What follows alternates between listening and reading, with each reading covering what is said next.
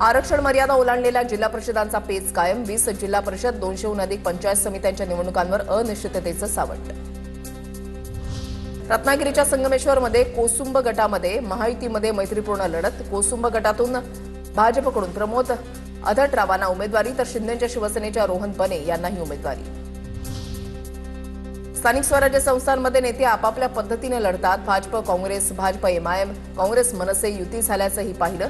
केडीएमसीमधील शिंदेची शिवसेना आणि मनसेच्या युतीवर अनिल देशमुखांची प्रतिक्रिया. कोल्हापुरात गडिंग्लज, चंदगड आणि आजरामध्ये दोन्ही राष्ट्रवादी एकत्र लढणार. जिल्हा परिषदेसाठी दोन्ही राष्ट्रवादी घड्याळ चिन्हावर लढणार. हसन मुश्रीफांच्या नेतृत्वाखाली एकत्र निवडणुकीला सामोरे जाण्याचा निर्णय. धाराशिवमध्ये घराणेशाहीला फाटा. बसवराज पाटलांकडून जिल्हा परिषद निवडणुकीमध्ये सर्वसामान्य कार्यकर्त्याला संधी. घरातील कोणताही व्यक्ती जिल्हा परिषदेला उमेदवार नसेल, पाटलांचं स्पष्ट मत. पुणे जिल्हा परिषदेसाठी 597 उमेदवारी अर्ज दाखल तर पंचायत समितीसाठी 1066 अर्ज दाखल.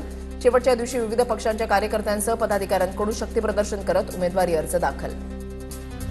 उद्योगमंत्री उदय सामंतांचे स्वीय सहाय्यक निवडणुकीच्या रिंगणामध्ये. नेताजी पाटील रत्नागिरीमधून पंचायत समिती निवडणूक लढवणार.